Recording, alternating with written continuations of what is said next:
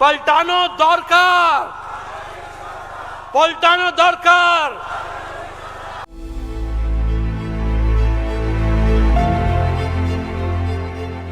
রথযাত্রা আষাঢ় মাসে হয়, শ্রাবণ মাসে হয় শুনেছি, জুলাইতে হয়, অগস্টে হয়, ভাই ফেব্রুয়ারি মার্চে রথ হয় আমি প্রথম দেখলাম।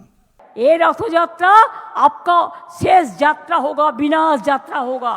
নির্বাচনের আগে বিজেপির রথযাত্রা নিয়ে কটাক্ষ মমতা অভিষেকের। রবিবার গড়বেতা, কৃষ্ণনগর, কোচবিহার এবং কুলটি থেকে পরিবর্তন রথযাত্রার সূচনা করেন বিজেপির শীর্ষ নেতারা। এই রথযাত্রার মধ্যে দিয়েই বিধানসভা ভিত্তিক প্রচার চালাবে বিজেপি। সেই রথযাত্রাকেই কটাক্ষ করে অভিষেক বলেন, কাল থেকে রথযাত্রা শুরু করেছে জমিদার বাবুরা। আমরা রথযাত্রা আষাঢ় মাসে হয়, শ্রাবণ মাসে হয় শুনেছি, জুলাইতে হয়, অগস্টে হয়, ভাই ফেব্রুয়ারি মার্চে রথ হয় আমি প্রথম দেখলাম।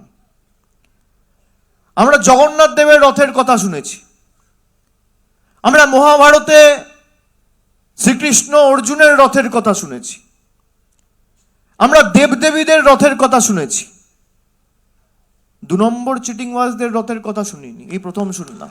1 মার্চ থেকে বিজেপি পশ্চিমবঙ্গে পরিবর্তন যাত্রা শুরু করেছে। সেই যাত্রায় রাখা হয়েছে রথযাত্রার কর্মসূচি।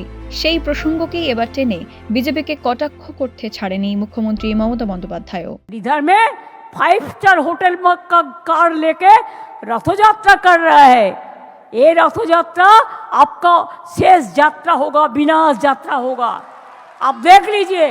অন্যদিকে কোচবিহারের সভা থেকে তৃণমূলকে এক হাত নিয়েছেন বিজেপি নেতা শ্রমিক ভট্টাচার্য। সিআইএসএফ এর দরকার নেই।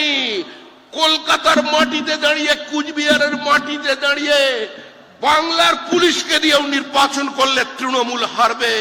তৃণমূল হেরে গেছে।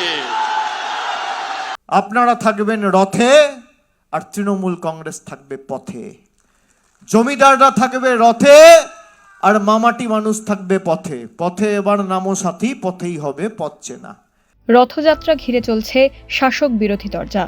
আসন্ন নির্বাচনে বাংলার লড়াই শুধু সংগঠন বনাম সংগঠনের নয়, বরং রথ বনাম পথের প্রতীকী লড়াইও।